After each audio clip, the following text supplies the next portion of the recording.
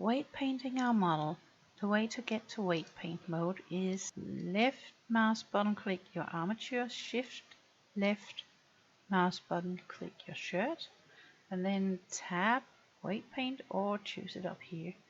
Now you're in weight paint mode. Now the thing about this way of getting to weight paint is that now we have the armature actually in pose mode and the shirt in weight paint mode, and this becomes really useful for when you select a bone. You can rotate it right here and adjust your weight paint. The way I selected a bone is Ctrl left mouse button. I'm in draw mode right now, but I don't really have any controls up here right now. For that I need to turn on my tool settings.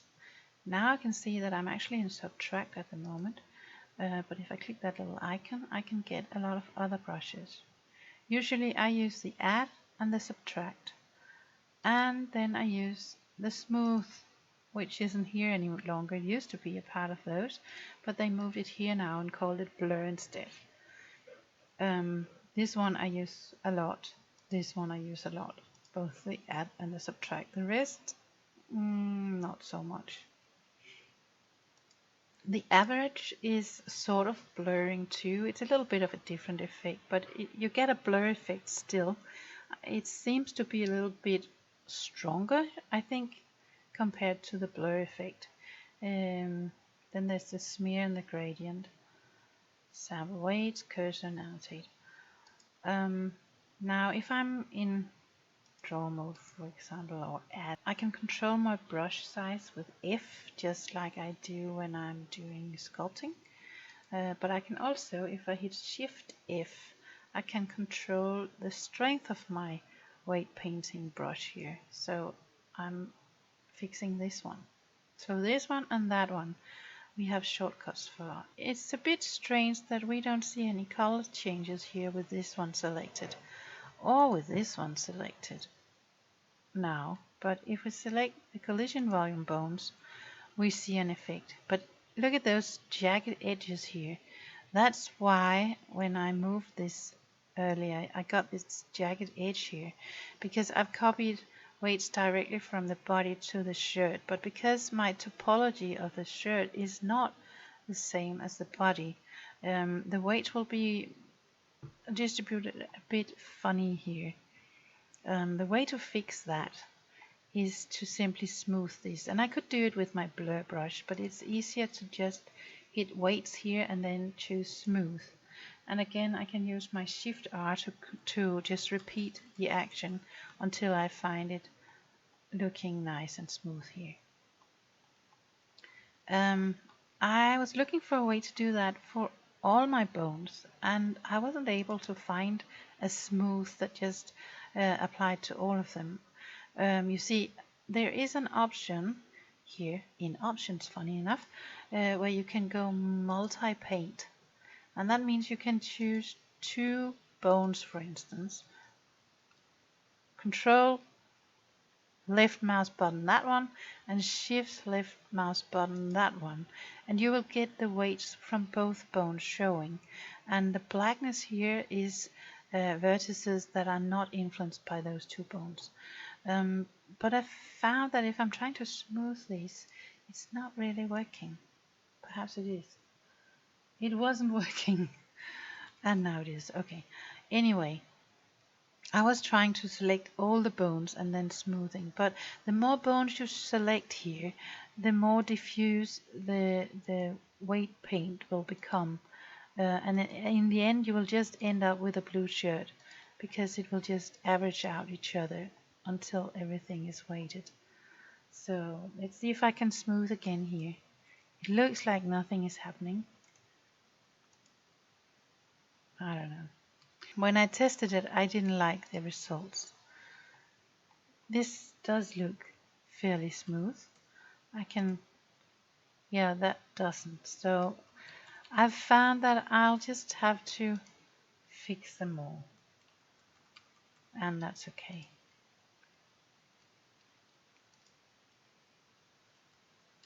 So doing this, takes a little while. Oh dear, look at that. No wonder it was a bit jagged. Oh.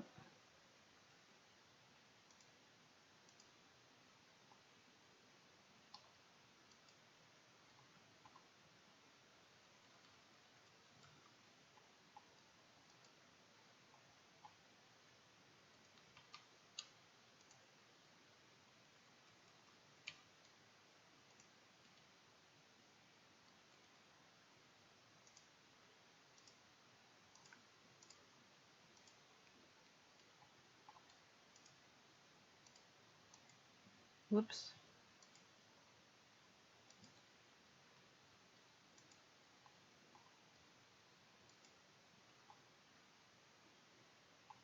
I doubt it needs to influence this, so let me remove that. And then smooth again. Did we get them all now?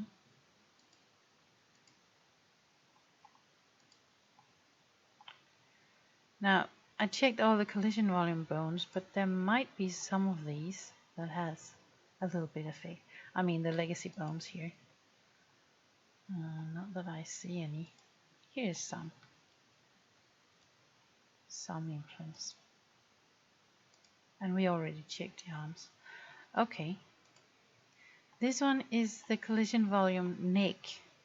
But after testing this, I know that I don't want any of those neck bones influencing my hood here.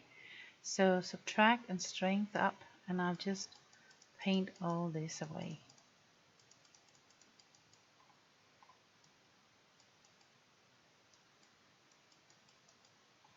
So that was the collision volume bone of the neck. But there's also a legacy bone here, also called neck. I don't see any influence, but let me still test it. So I don't think the neck has any kind of influence now. I can check it by moving it. So half rotate. There is an influence. You see it moves a little bit here, but I don't think it's the neck bone doing that. It might be one of the other bones in the area. This one here, head. Oh, look at that. So remove that as well. And it should pop back down here. And if now I moved the neck bone, I see no influence here. So Alt R to get it back. That was the hood.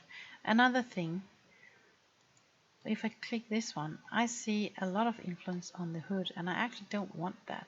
I want this hood to stay in place, and then the arms can move if they like. But I don't want this to move. Now, how to do that? It also has influence down here. I certainly don't want that. And same here.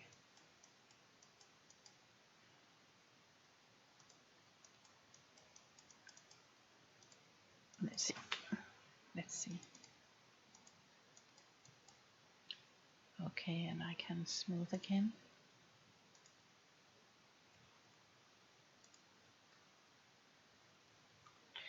Okay.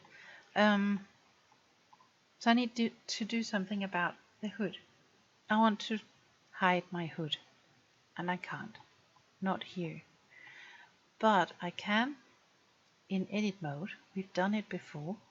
I just need to be in face select mode, and then I can hover my mouse and hit L, and I get that all the vertices within a seam line. So here's my hood, and now I can hide it with H. All gone. And if I go back to object to weight paint mode, the hood is still there. So that didn't seem very helpful. But if I turn this little icon on, now my hood is gone. If I go back to edit and Alt H, get my hood back and go back to weight paint mode, now my hood is there, but I still see the selection when I have this on. Careful though, because when I have this on, I cannot change which bone is selected. I just select vertices then. Let me undo all that. So if I want to select another bone, I have to turn off here, and then I can go back if I want to. So I wanted to remove the weight of those bones on the hood. So now I have the hood selected, and in this mode I can only draw vertices that are selected. So if I draw here, I remove all the weights because I'm in subtract, but only on the hood. And if I turn it off and go to this bone, turn it on again, I can remove the weights on this side as well.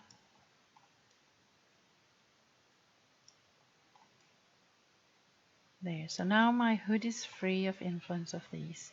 It should still be painted so it follows a bone, just not any of these. So I have to select some other bone that I want them to follow. This one I deleted, but as you see, the chest influences the front of the hood here, and if I go back here and choose the upper back, that has influence on the hood here. So I don't really need to paint it to another bone because it's already influenced by others. That was hiding the hood and masking by selecting vertices. Another thing is that if I want a bit of accuracy here, I can do that, and then I can see every single vertex, and that's helpful, but I have to have them all selected, because if I have nothing selected, I can draw all I like, but nothing happens. And if I turn it off, then I don't have those vertices I wanted for accuracy. But I can turn on wireframe here, make sure it's all the way up, and then opacity you can control as you like. So now I can see where my vertices are. And that might turn helpful if I need to be very careful where I paint. I had this seam here that I didn't like particularly well. So if I select this arm and rotate it down, you can see I have this edge here that I don't like much. Now, where is it coming from? Probably that one or that one. Now, I could decide that this bone should only affect this part of the sleeve, not this part. So I want this part of the shirt to not be influenced as much here. So if I set my strength really low and the weights really low, I can subtract a little bit here and have this part of the mesh pop back a little. Just to have it look a little bit nicer here.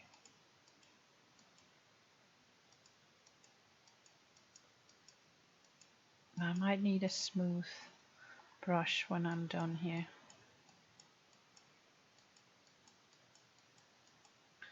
So let's do that and scale it a bit larger so it's looking nice and smooth here.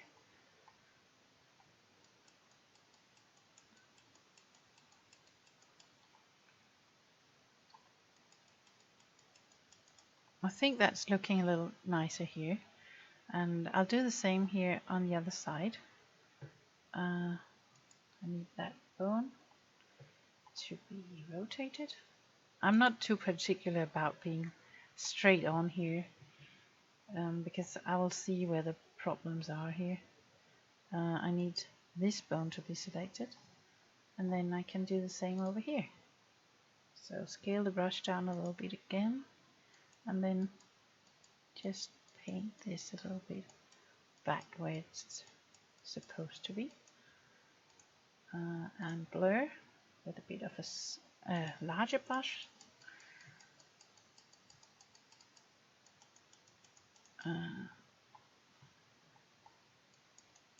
I could set the strength of the blur up a bit.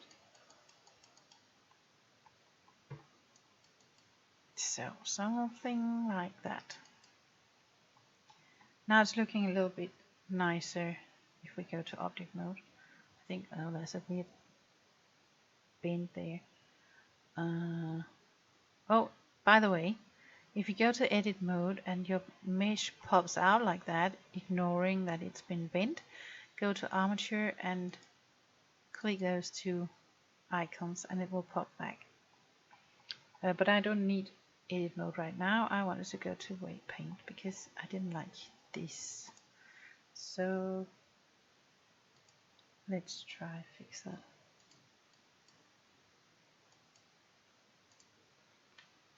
I think that was enough, especially if I blur a little after. Could I make it a little bit nicer here as well? It might not be necessary. Nah, it's okay. Another thing, if we are posing, as I said, the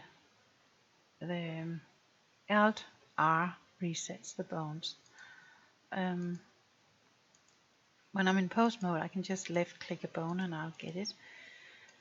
But another thing, if I'm in pose mode and I have moved an arm down like this, and I'd like to do that on the other side as well, I can go here and copy and then paste mirrored, and the other arm will move the same way. Sometimes that comes in handy when I'm doing stuff like this. Now Alt R again.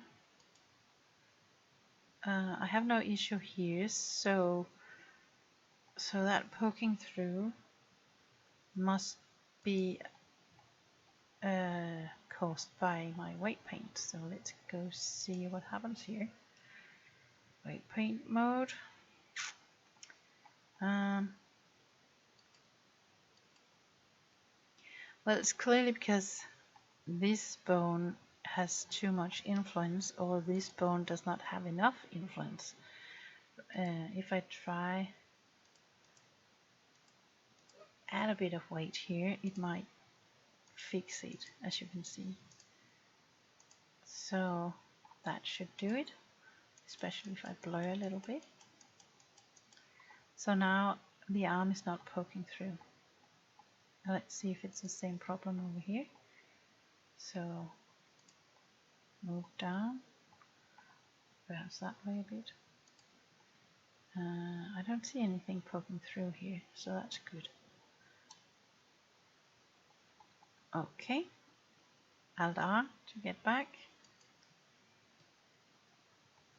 So I think we have the sleeves fixed, except if I make an extreme pose here, you see a problem that I have here. If I go to edit mode, it will be more visible. This is the inside of the shirt. This is my Solidify poking through. Originally, when I just transferred data from the avatar mesh, the inside of the sleeve followed the outside pretty much perfectly, and it still follows quite nicely, but I have done some smoothing and some stuff here, and that has destroyed that synced motion. The solution is not that easy actually to fix. Let me get back here and reset this bone, because there's no way I can get this to move like this by weight painting. I can though do exactly the same trick as I did when I skinned the shirt and copied the data from the avatar mesh. I can copy the data from the outer shirt to the inner shirt, but the way to do that, I will have to separate it.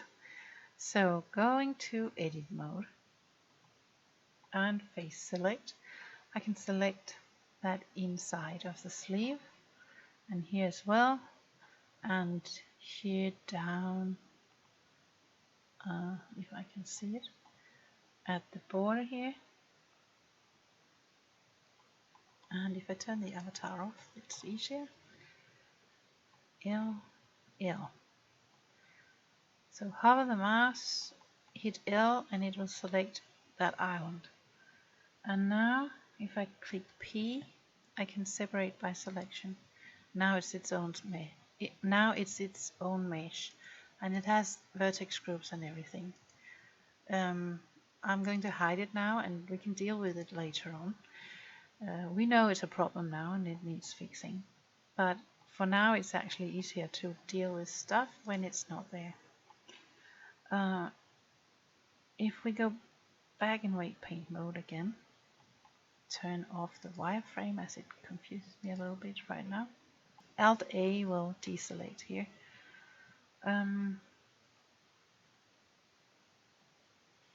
You can also, if you want to find another way of controlling which vertices are selected, you can go to your vertex groups, and for example for this left clavicle, you can highlight it here and go select, and it will select all the vertices that are influenced by this bone. Now that's a lot more than we see in the colors, and that's because out here in those dark blues there will be a little bit of weight, like very little. So if I select this one for instance and check it over here, the left clavicle has a weight of 0 point, a lot of zeros, and a 2. When we are done with this mesh, done weight painting it, I mean, we need to make sure that each vertex has weights that equals 1. So that means for this one it has weights from this bone and this bone and this bone and this bone and this bone and some more, and they should all add up to 1. Now we do that by going here to the weights and then do normalize all, and that should take care of it. We also need to make sure that each vertex only has weights from maximum 4 bones. That's a limit. It's a limit in Second Life and in many other games as well. To do that, we can go here again, weights, limit total, and here we have that the 4 bones maximum. So when we do this, we should have this limited to 4 bones, as you see here, and we want that, else our uploader will complain. So limit total is necessary to keep our bone weights down to 4, and then we have the normalize all to make sure that those numbers add up to 1. Is there any other limits I need to mention? We cannot have more than 4 bones per vertex. We cannot have the combined weights to be anything else than 1. And we cannot have vertices that has no weights at all. So if we have this one, we need to check we have non-zero weights in all the mesh. If we had that, the mesh would turn black, and it's a little bit hard to see when my mesh is so dense. But I can show you how it looks if I go to the Mulit-Paint. Oh, I'm still in it. So come on. So if I turn this off and select this bone and then select this bone and then select this bone, you see that all this is black now. That's because those vertices are not weighted by these bones, so they turn black. So if we have a vertex somewhere which is not weighted at all, it will turn black like that. I think that's pretty much all the tricks I wanted to talk about.